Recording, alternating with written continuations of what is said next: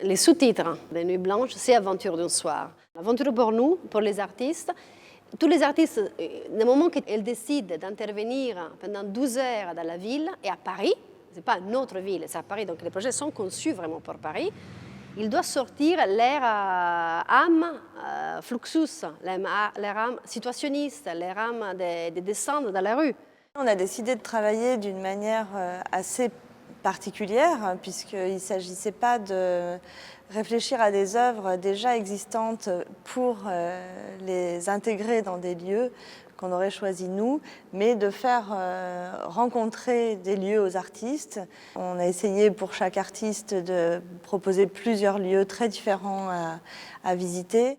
L'idée, c'est vraiment de s'inspirer du contexte et du lieu, de ce que le lieu inspire ou produit comme réflexion chez l'artiste pour construire une œuvre vraiment spécifique par rapport à ce lieu-là. Pour Nel Beloufa, on lui a proposé différents lieux et notamment de travailler avec le BHV.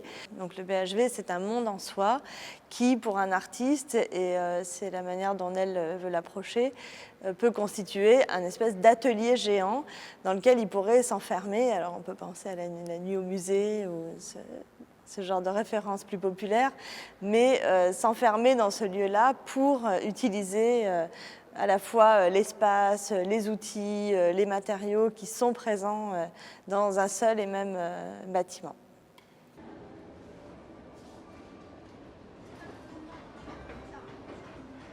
C'est un décor géant, il n'y a que des outils pour construire, monter des... Enfin, il y a tout, quoi, donc c'est rigolo, quoi. Peut-être de jouer sur le fait que c'est censé être un environnement autonome où on peut tout faire et faire un projet autour de ça, dans une espèce d'univers auto-centré.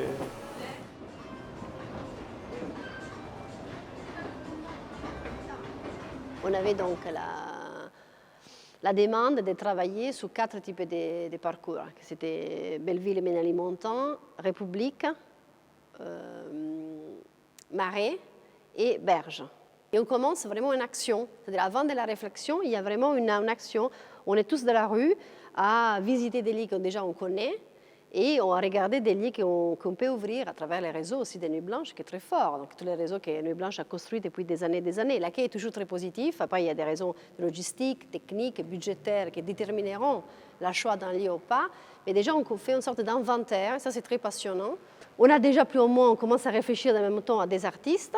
Et après, c'est fait tout à fait naturellement, c'est-à-dire que comme pour un commissariat d'exposition, tu commences à monter ton exposition avec un début, un milieu, une fin, avec des apparitions, des contradictions, des paradoxes, on discute, et c'est fait naturellement. Et après, il y a la venue des artistes. À Saint-Cannes, c'est une des figures plus importantes de l'Égypte contemporaine, de la réalité donc égyptienne, et avec son positionnement fort et d'ici à un niveau intellectuel, à un niveau politique, et son discours artistique le fait à travers la musique. Mais on s'est dit avec Julie que c'était les quartiers de Belleville et Ménilmontant, c'était un quartier sûrement que peut-être elle ne connaissait pas encore, des premières visites qu'elle avait eues à Paris, et que ça pouvait le séduire, plus que séduire, ça pouvait alimenter un nouveau projet pour lui. There's immediately a lot of contradictory desires for me, you know. So there is one side that looks at the space and it's very spectacular and it wants to kind of use this spectacular aspect. There's another side that wants to put down the spectacular aspect and just be very subtle. There's another side that doesn't want to respond to this and just to be simple and, like, for example, you know, like do just a little concert and something just like that without having to go, you know, all megalomaniac because you have a big park. And then there's another side that of course wants to do this. So basically I'm completely confused but full of many ideas already from just this walk. I already actually imagined many possible directions and possible things that can happen. And I just need a little bit of time to think them over and see what really would make sense. L'idée de la performance, c'est vraiment tirer, oui, c'est des défis, c'est de la résistance physique, soit pour le spectateur que pour les artistes, et seront tous présents. On n'a pas choisi des artistes qui vont porter l'œuvre élèves vivent sans eux aussi, dans le sens que c'est un objet, donc important bien sûr, mais qui fait un type de fruition. Non, l'artiste sera là et accompagnera l'œuvre.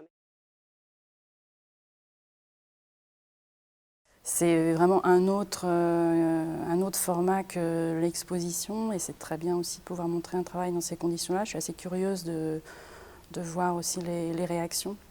C'est quelque chose comme ça très, très concentré dans le temps, assez une sorte d'excitation comme ça. C'est la nuit, c'est un petit peu c'est inattendu. Donc je suis assez curieuse des réactions et puis de découvrir le programme.